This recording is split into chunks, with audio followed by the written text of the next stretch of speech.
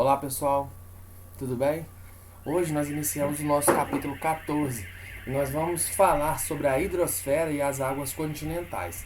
Lembrando que nós já vimos sobre os ambientes terrestres da hidrosfera, e a hidrosfera é o ambiente que inclui todas as águas que existem no nosso planeta, das continentais até as águas oceânicas, ok? Para começar, nós vamos falar um pouquinho sobre o surgimento da água no nosso planeta. A água surgiu no nosso planeta juntamente com o surgimento do planeta.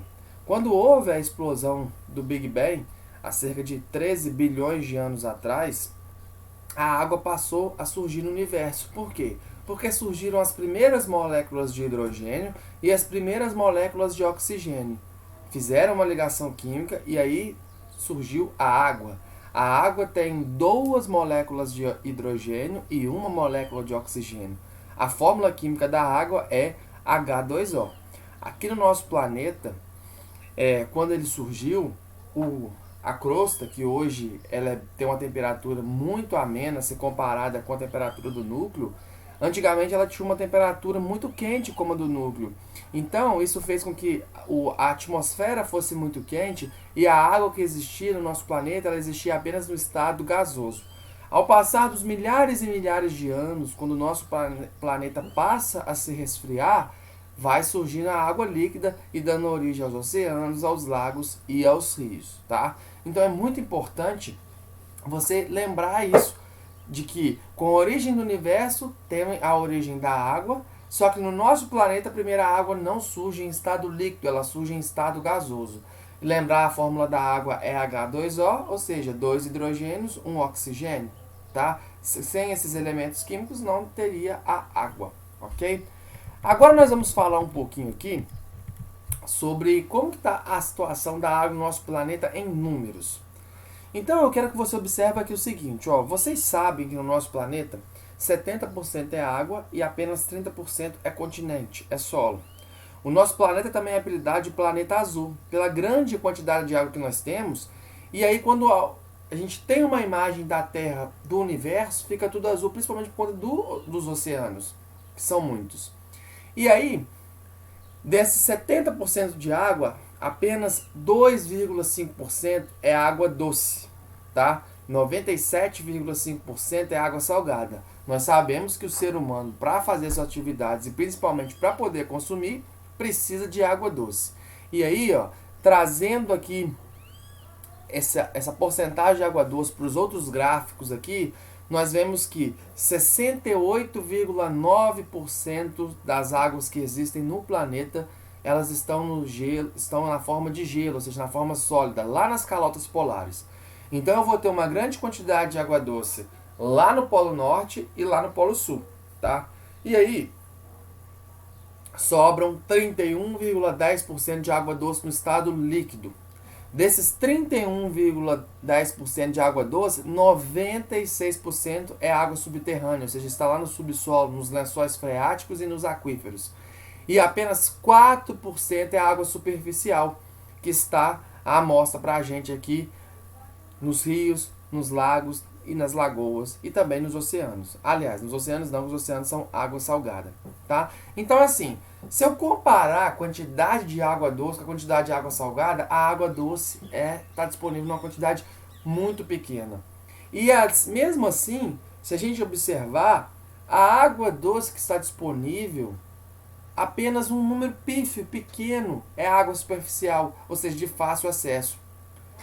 A grande maioria está nas calotas polares e nas áreas subterrâneas, ou seja, de difícil acesso. Então, a gente tem que parar e pensar um pouquinho na questão de que o que nós estamos fazendo com a água. Nós estamos cuidando da água, nós estamos desperdiçando água, porque a água não é um recurso infinito. Ela pode sim acabar e a gente vai entender isso agora através do ciclo hidrológico, tá? O ciclo hidrológico, gente, nada mais é que o ciclo da água. Quando a gente fala ciclo, a gente está falando do processo que início, meio e fim e recomeça, tá? E o ciclo hidrológico é muito importante, porque se não houver o ciclo hidrológico, não há água disponível para a gente aqui, tá? Aqui vem explicando, mas eu vou passar aqui para outra parte para te explicar pelo desenho. O que é o ciclo hidrológico? O que tem que acontecer? Primeira coisa que tem que acontecer, O mais importante para que ocorra o ciclo hidrológico é o Sol. O Sol é o responsável por tudo, porque é o Sol que atinge, que liga a chave para acontecer. A radiação solar vem, bate aqui na Terra, no nosso planeta, e aí acontece a primeira fase do ciclo hidrológico, que é a evaporação, ou seja, a passagem da água do estado líquido para o estado gasoso, tá? Dos oceanos, dos rios, dos lagos, dos mares. E além da evaporação, nós temos a evapotranspiração. Quando eu estou falando de evapotranspiração, gente, eu estou falando da evaporação da água que é perdida pelos seres vivos, principalmente pela vegetação, tá? Porque da mesma forma que nós, seres humanos, transpiramos, todos os outros seres vivos também transpiram. Quando a gente está transpirando, a gente está suando, se nós não ficássemos em pé, porque quando a gente está em pé, a tendência da gotícula é escorrer, a gravidade puxa. Se a gente ficasse deitado, a radiação solar vai pegar na gente e aquelas gotículas de suor vão evaporar. Como a vegetação e os outros animais não fazem isso, não limpam a sua testa quando está suando, a transpiração deles é responsável por sim formar nuvens de chuva. Então a primeira fase é radiação solar bate aqui na Terra, promove a evaporação dos corpos líquidos e a evapotranspiração dos seres vivos. E aí a água sobe, passa do estado líquido para o estado de vapor. Quando ela vai subindo para as camadas mais elevadas da atmosfera, ocorre um processo que não está escrito aqui e deveria estar escrito aqui, que chama condensação. A condensação é a passagem da água do estado de vapor para o estado líquido, tá? Isso ocorre porque quando o vapor ele surge quando tem a temperatura elevada. Quando vai subindo para as camadas mais elevadas da atmosfera, nós já estudamos que a altitude ela não influencia no clima. A altitude faz com que ocorra o quê? Uma queda de temperatura. Aí esse vapor que subiu da evaporação e da evapotranspiração se condensa e passa para o estado líquido. E aí formam as nuvens. Depois que formam as nuvens, vai ocorrer uma outra fase do processo do ciclo hidrológico, que é a precipitação. O que é a precipitação? É a água cair no nosso planeta novamente. E aí pode ser através de chuva, que é a água realmente no estado líquido, pode ser através de neve e granizo, que é a água no estado sólido, tá? Precipitação é o quê? Evaporou, condensou, a água retorna.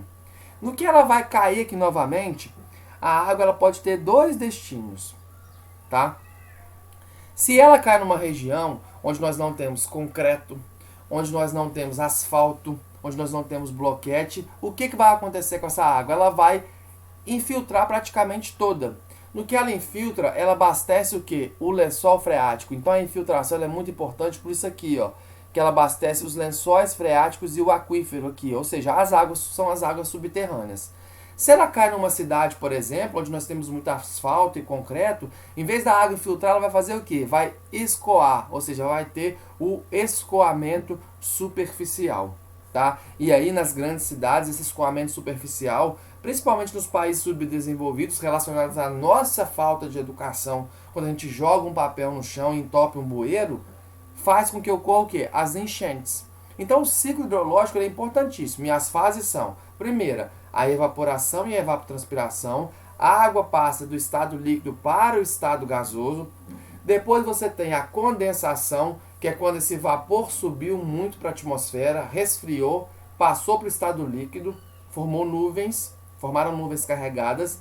Na terceira fase ocorre a precipitação, ou seja, a água retorna para o nosso planeta, pode ser através de chuva, granizo ou neve, tá? E aí a quarta fase vai ser uma fase que pode ser ou a infiltração, que é o melhor, que ocorre principalmente nas áreas rurais, ou então o escoamento superficial, que é quando o solo está impermeável através de concreto, através de asfalto, e aí isso promove o escoamento superficial, tá? Como que o ser humano interfere no ciclo hidrológico? Então, por exemplo, na Amazônia chove muito. Por quê? Porque lá tem a maior bacia hidrográfica do mundo, então a taxa de evaporação é muito grande, mas nós temos uma floresta imensa, então a transpiração também é muito significativa. Se o homem for lá e desmatar, vai ter a mesma quantidade de transpiração? Obviamente que não. Então, se nós continuarmos desmatando muito as nossas florestas, nós vamos ter uma menor quantidade de chuva. Se nós pegarmos dos rios água em grande quantidade, sem planejamento, por exemplo, para irrigação, e o volume dos rios diminuírem, o que vai acontecer? Menos água vai evaporar, menos chuva nós vamos ter também. Tá? Se a gente ficar fazendo muito poço artesiano para retirar água, nós vamos retirar mais água do que o necessário dos lençóis freáticos. E isso vai fazer com que nos períodos que não haja chuva, os rios possam secar. Então, assim, o homem interfere diretamente no ciclo hidrológico e nós temos que ter um cuidado muito grande no que nós estamos fazendo com as nossas águas, tá? Nós, lembrando, não vivemos sem esse recurso. Um dos recursos mais importantes para a nossa vida é a água, tá? Agora aqui, pessoal, nós vamos começar agora a falar dos rios e dos lagos, tá? Os rios, gente, e os lagos são considerados águas continentais, ou seja, não são os oceanos, estão dentro do nosso continente, tá? E aí é o seguinte, ó, em toda a história, os seres humanos se desenvolveram em áreas próximas aos rios e os lagos. Por quê? Porque o ser humano antes era nômade, ele ia de um local para o outro em busca de alimento. A partir do momento que ele desenvolve a agropecuária, ou seja, a plantação e a criação de animais, ele precisa ficar próximo à água, porque sem a água ele não consegue desenvolver essas atividades do cotidiano, tá? E aí, o que acontece? Como os rios, eles são cursos naturais de água que fluem, ou seja, que correm, né? A partir de uma nascente, e a nascente sempre fica na área mais elevada do rio, e a partir dessa nascente o rio vai indo até a foz. Então a gente às vezes tem uma ilusão de que o rio é uma área reta. Existem rios de planície sim. No entanto, todo rio ele tem um desvio. Um rio não é retinho assim, ele é pelo menos assim. Na área mais elevada a gente tem a área de nascente, e na área mais baixa a gente tem a área de foz. Nascente o rio nasce, foz o rio deságua. A área de nascente, que fica mais para as áreas íngremes do relevo do rio, também é chamada área de montante, e a área de foz, onde o rio deságua, onde o rio morre, o pessoal costuma te falar, é uma área de jusante, tá? Então, ó, um rio não é retinho, o rio tem que ter um desnível, ok? E aí, gente, nós temos um exemplo aqui de um rio, ó, e aí sempre a área que o rio, a correnteza vai, tá indo para onde? Está indo para uma área mais plana. Quando você vai contra a correnteza, você está indo para a área mais elevada, ou seja, você está indo para a área de nascente, tá?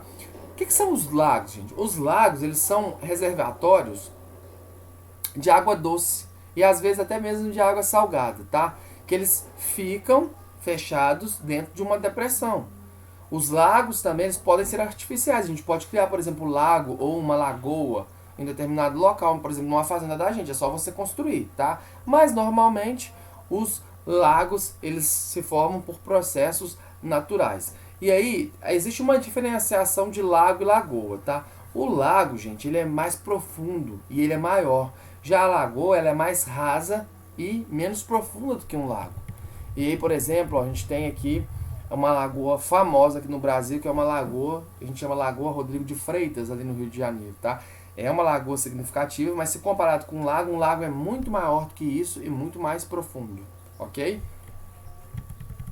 Aqui do lado, nós temos um exemplo aqui de das cataratas do Iguaçu, né? Que também não deixa de ser um rio, no caso aqui um rio de planalto com queda, tá? E os rios, gente, quando os rios são muito grandes, eles possuem afluentes. O que são afluentes? Afluentes são rios que desaguam em outros rios.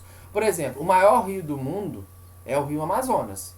O Rio Amazonas, se eu não me engano, ele tem mais de 150 afluentes e subafluentes, ou seja, de rios que desaguam nele para que ele possa ter aquele volume e aquele tamanho tão significativo, ok?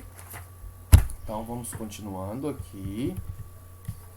E aqui, ó, a gente tem uma paisagem com rios e com lagos, tá? Aí só lembrar para você, que eu vou te explicar tudo direitinho, a nascente sempre fica na área mais elevada, tá? A nascente fica na área de morro, tá? Que a gente chama também de montante, ok? A foz, que é o contrário da nascente, que é onde o rio acaba, onde ele morre, normalmente um rio deságua no mar ou em outro rio, ela fica sempre na parte mais plana, que a gente chama de jusante, tá? E aí você tem a foz de estuário, que é quando o rio vem e deságua diretamente aqui. Quando ele não tem correnteza muito forte, ele não traz consigo muitos sedimentos. Quando o rio a correnteza é muito forte, muito violenta, ele traz com ele sedimentos que vão sendo depositados e formando essas ilhazinhas aqui.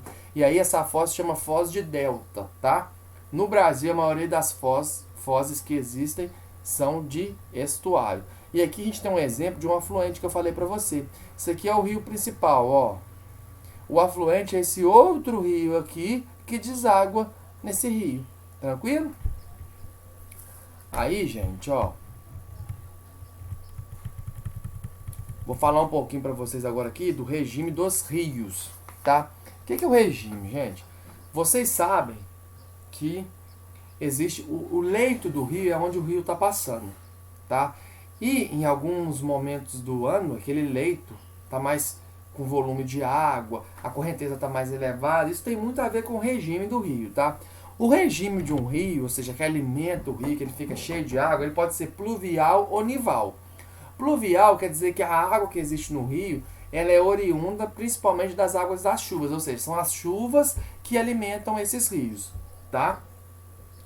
Já alguns rios, eles têm um regime chamado de nival. Nival vem de neve, ou seja, é o derretimento das geleiras que abastece esses rios, tá? Então os rios têm regime pluvial e regime nival.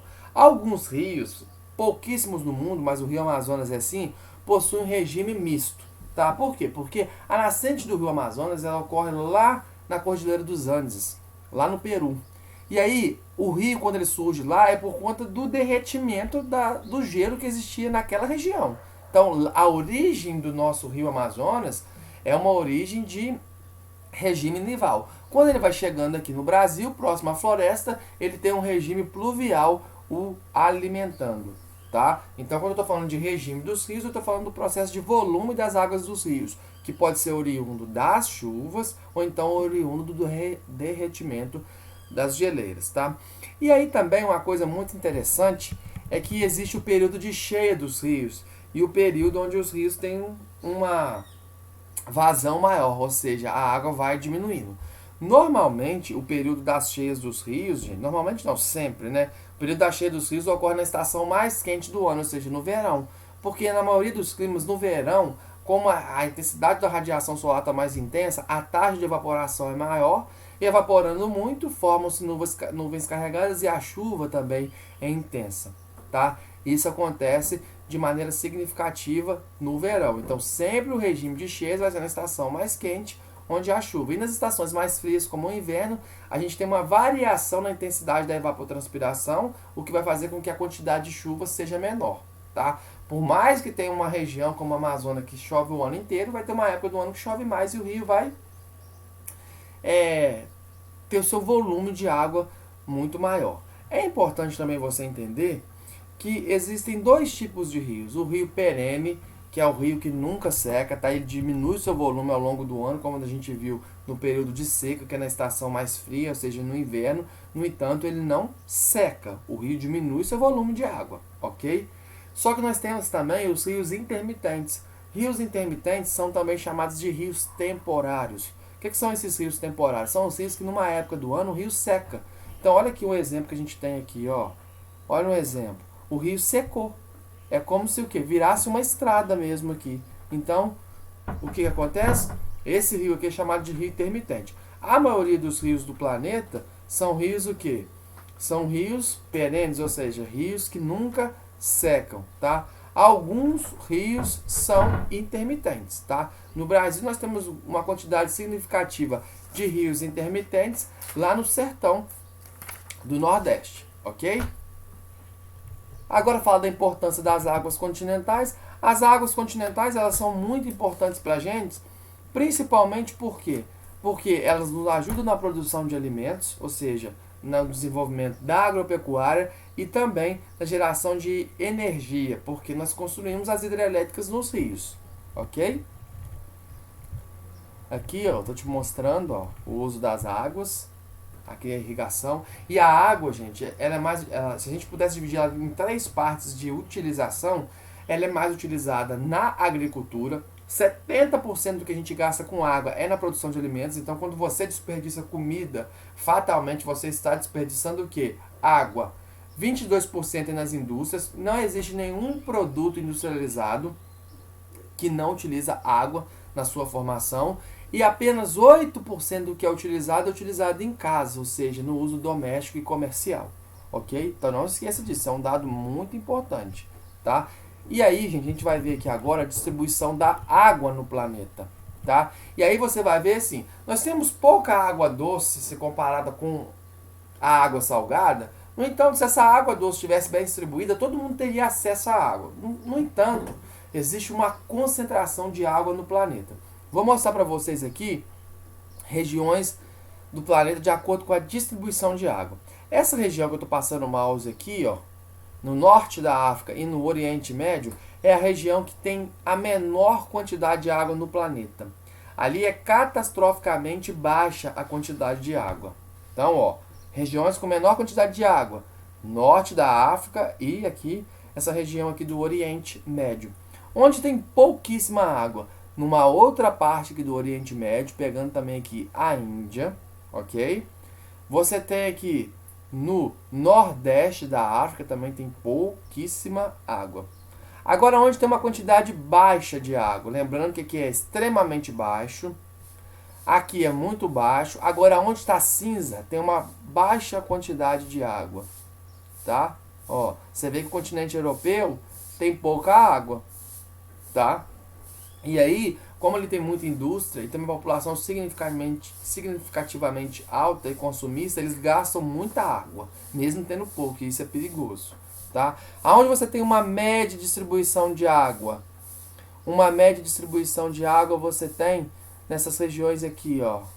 Tem esse verdinho aqui, ó, no Sudeste Asiático, tá? Agora, onde você tem uma quantidade alta de água? Estados Unidos, Canadá, Rússia, tá? Aqui em Madagascar, você tem uma quantidade elevada de água. Agora, onde você tem muita água? América do Sul é a região do planeta com maior quantidade de água. Tá? A Austrália, por mais que seja uma região desértica, ela tem bastante água também aqui em torno, tem grandes bacias. E você tem aqui o centro da África. O Brasil sozinho tem 12% de toda a água doce do mundo. Ok? E aí aqui você tem os gráficos. Aqui, ó, distribuição de água doce superficial no continente americano. Na América do Norte você tem 32% de toda a água, na América Central 6,5% e na América do Sul 62%. E desses 62% da América do Sul, 35% do total fica no Brasil. É muita água que nós temos, tá? Agora, a distribuição de água doce no mundo. Você observa que a América é o continente com maior quantidade de água, depois é a Ásia, depois você tem a África, depois você tem a Europa e por último você tem a Oceania, ok? E aí, gente, há discrepâncias no uso da água. A ONU, ela afirma que nós temos que gastar pelo menos 40 litros de água por dia, que uma pessoa gasta normalmente, tá? Só que há uma discrepância. Enquanto que a Europa, que possui apenas 8% da água doce do mundo, uma pessoa gasta em média 150 litros de água por dia.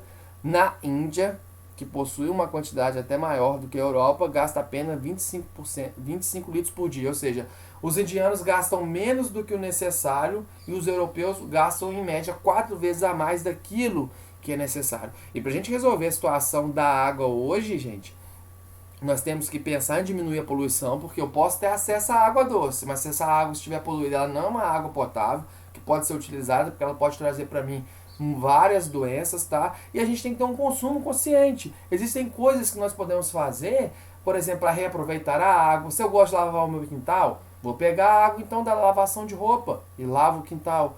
Os homens vão fazer a barba, vamos fazer a barba com a torneira fechada. Todo mundo, vamos escovar o dente com a torneira fechada. São medidas simples que nós podemos fazer e que ajudam o nosso planeta, tá? E isso é muito importante. E segundo alguns dados da Unicef e também da Organização Mundial da Saúde, quase metade da população mundial não conta com o serviço de saneamento básico.